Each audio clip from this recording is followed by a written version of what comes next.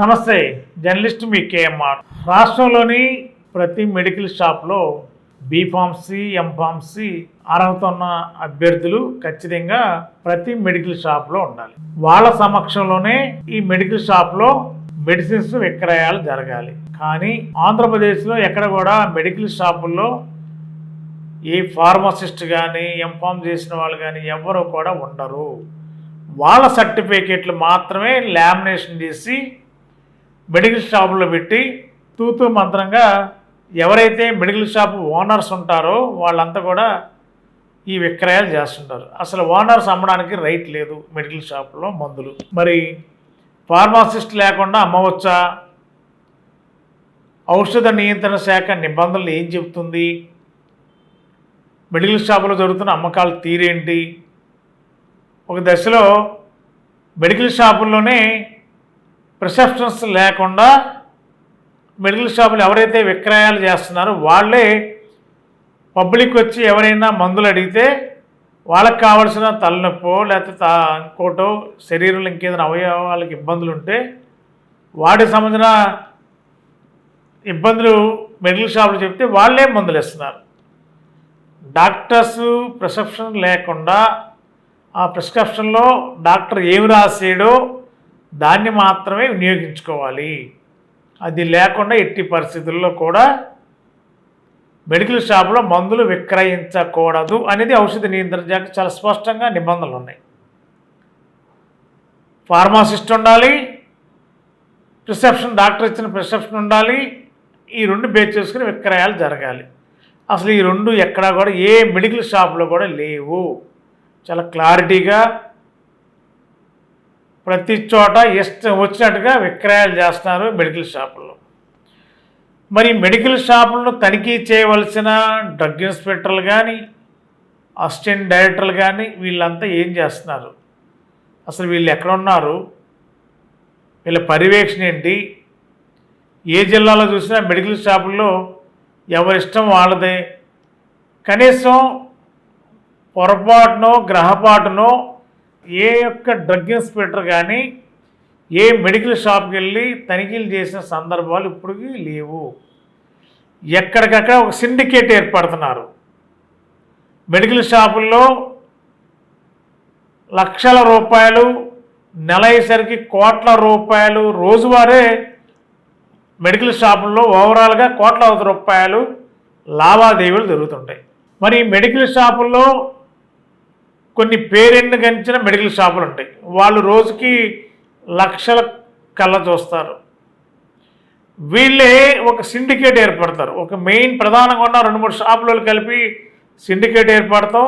చిన్న మెడికల్ షాపుల్లో వీళ్ళకి అడ్డు తగిలితే లేకపోతే వీళ్ళ వ్యాపారానికి అడ్డు తగిలితే ఆ వ్యాపారస్తులపైన డ్రగ్ ఇన్స్పెక్టర్ని వీళ్ళ ఆధీనంలో పెట్టుకుని వాళ్ళపైన దాడులు చేపిస్తారు, తనిఖీలు చేపిస్తారని కూడా ఆరోపణలు ఉన్నాయి.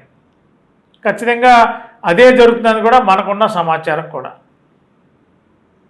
పట్టణాల్లో కానీ గ్రామీణ ప్రాంతాల్లో కానీ హాస్పిటల్స్లో మెడికల్ షాపులు ఉంటాయి.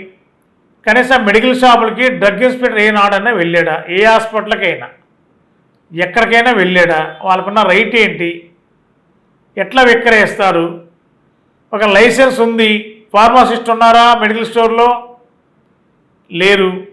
వాళ్ళ ఇష్టం వచ్చిన రేట్లు అంటే ఎవరైతే రోగులు ఉన్నారో హాస్పిటల్కి వెళ్తే హాస్పిటల్లోనే ఆ మెడికల్ షాప్లోనే మందులు కొనాలి. వాళ్ళు అయ్యే మందులు రాస్తారు. ఆ మందులు కరెక్టా కాదా? ఆ మందుల్లో నాణ్యత ఉందా లేదా? ఆ మందుల ఎక్స్పైరీ డేట్ ఎప్పటి వరకు ఉంది? ఇవన్నీ తనిఖీలు చేయాల్సిన అవసరం డ్రగ్ ఇన్స్పెక్టర్లపై ఉంది. మరి డ్రగ్ ఇన్స్పెక్టర్లు ఏ రోజు కూడా హాస్పిటల్స్ వైపు కానీ ప్రస్తుతం మెడికల్ షాపుల వైపు కానీ తొంగి చూసే అవకాశం లేదు. మరి వీళ్ళంతా కూడా డ్రగ్ ఇన్స్పెక్టర్ని వీళ్ళ ఆధీనంలో వీళ్ళ చేతుల్లో పెట్టుకుని వాళ్ళకి నెలవారీగా మామూళ్ళు చెల్లించుకుంటూ వీళ్ళు లక్షల కోట్ల రూపాయలు సొమ్ము చేసుకుంటున్నట్టు కూడా ఆరోపణలు ఉన్నాయి.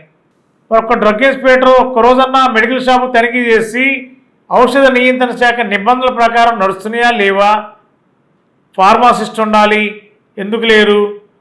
అక్కడ ఒక నేమ్ బోర్డు ఉండాలి, డ్రగ్ ఇన్స్పెక్టర్ ఫోన్ నంబర్ ఉండాలి నేమ్ ప్లేట్ మీద. ఎవరికైనా విక్రయదారుడికి ఎవరైనా కొనుగోలు చేసేవాళ్ళు, మందులు కొనుగోలు చేసే వాళ్ళకి డౌట్లు వస్తే ఆ నేమ్ బోర్డు, పేరు, ఫోన్ నెంబర్ ఉన్న వాళ్ళకి ఫోన్ చేసి పలానా మెడికల్ షాపులు ఈ విధంగా డ్రగ్గు ఈ విధంగా ఉంది, లేదంటే ఎక్స్పైర్ అయిపోయిందని చెప్పాలంటే ఎవరు కంప్లైంట్ చేయాలి? అవన్నీ కూడా ఉండాలి. ఔషధ నియంత్రణ శాఖ నిబంధనలు అవన్నీ ఉన్నాయి. మరి వీళ్ళంతా డ్రగ్ ఇన్స్పెక్టర్లు విస్మరిస్తున్నారు. కొంతమంది సిండికేట్తో చేతులు కలుపుతున్నట్టు కూడా ఆరోపణలు ఉన్నాయి. నెలవారీ మామూలు డ్రగ్ ఇన్స్పెక్టర్లకు ఒక రేటు, అసిస్టెంట్ డైరెక్టర్లకు ఒక రేటు, డిప్యూటీ డైరెక్టర్లకు ఒక రేటు, ఆ పై అధికారులకి మరో రేటు. ఇట్లా వీళ్ళందరూ రకరకాలుగా కింద నుంచి జిల్లాలో ఓవరాల్గా ఎటు చూసినా అటు ఉమ్మడి పశ్చిమ గోదావరి జిల్లా కానీ, ఉమ్మడి తూర్పుగోదావరి జిల్లా కానీ, ఉమ్మడి గుంటూరు జిల్లా కానీ, ఉమ్మడి కృష్ణా జిల్లా కానీ, ఈ జిల్లాలు ఎక్కడ చూసినా కూడా ఓవరాల్గా ఒక జిల్లాలో 2000కి పైబడే మెడికల్ షాపులు ఉంటాయి. ఈ తక్కువ ఏమీ ఉండవు. మరి 2000 పైబడి మెడికల్ షాపులు ఉన్నప్పుడు ఒక్కొక్క షాపుకి నెలవారీగా వీళ్ళిచ్చే మామూలు ఎంత, ఒక్కొక్క డ్రగ్ ఇన్స్పెక్టర్కి ఎంత వెళ్తుంది నెల అయ్యేసరికి, ఆ పై అధికారికి ఎంత వెళ్తుంది? కనీసం వాళ్ళ నిబంధనలు మెడికల్ షాపులకు వెళ్ళి లైసెన్స్ ఇవ్వడం వీళ్ళ బాధ్యత కాదు. డ్రగ్ ఇన్స్పెక్టర్లు అంటే లైసెన్స్ ఇవ్వడానికి కాదు వీళ్ళ ఉద్యోగం. డ్రగ్ ఇన్స్పెక్టర్లు వెళ్ళి మెడికల్ షాపులకు వెళ్ళి ఏ మందులు అమ్ముతున్నారు, ఏ బ్రాండ్లు అమ్ముతున్నారు, మీన్స్ బ్రాండ్లు అంటే ఏ కంపెనీ, ఆ ట్యాబ్లెట్స్ ఆ ఎక్స్పైరీ డేట్స్ ఎప్పటి వరకు ఉంది, స్టాక్ ఎప్పుడు వచ్చింది, ఎంత వచ్చింది, ఎక్కడి నుంచి వస్తుంది, ఏజెన్సీ ఎవరో, ఇవన్నీ కూడా చెక్ చేయాలి. వాళ్ళ బాధ్యత అది. అవన్నీ చెక్ చేసిన సందర్భాలు ఈ రోజు వరకు లేవు. ప్రతి మెడికల్ షాపులు ఇదే తంతు నడుస్తుంది. కొంతమంది మెడికల్ షాపులు ఓనర్లు అయితే డ్రగ్ ఇన్స్పెక్టర్ని వారి కనసనాల్లో పెట్టుకుని వాళ్ళకి వ్యతిరేకంగా, ఆ మెడికల్ షాపులకి వ్యతిరేకంగా ఆదాయాన్ని గండుకొట్టే మెడికల్ షాపుల పైన దాడులు చేపిస్తారు, వాళ్ళని భయపెడతారు. ఆ మెడికల్ షాప్ మూసేసేదాకా వీళ్ళు నిద్రపోరు. వీళ్ళకి అదనంగా నెల ఇద్దరికి వసూళ్ళు మామూళ్ళు పెంచుతూ ఉంటారు ఈ డ్రగ్ ఇన్స్పెక్టర్లకి అని కూడా ఆరోపణలు ఉన్నాయి. మరి ఇప్పటికైనా జిల్లాల్లో మెడికల్ షాపుల్లో, ప్రైవేట్ హాస్పిటల్లో మెడికల్ షాపుల అమ్మకాల్లో ఏ విధంగా అక్రమాలు జరుగుతున్నాయి, వీటి మీద డ్రగ్ ఇన్స్పెక్టర్లు కానీ పై అధికారులు దృష్టి పెడతారా, తనిఖీలు చేస్తారా? లేదంటే ఎంటీవీ చాలా స్పష్టంగా ప్రతిరోజు ఫలానా మెడికల్ షాపుల్లో నిబంధనలు, ఔషధ నియంత్రణ శాఖ నిబంధనలు ఏంటి, పాటిస్తుంది ఏంటి, అమ్మకాలు ఏ విధంగా జరుగుతున్నాయి, ఇవన్నీ కూడా ఒక సీరియల్గా ఎంటీవీ ద్వారా ఇవ్వడానికి రేపటి నుంచి ప్రయత్నం చేస్తున్నాం. ఔషధ నియంత్రణ శాఖ కానీ డ్రగ్ ఇన్స్పెక్టర్లు కానీ ఏ విధంగా స్పందిస్తారో చూద్దాం. Thank you.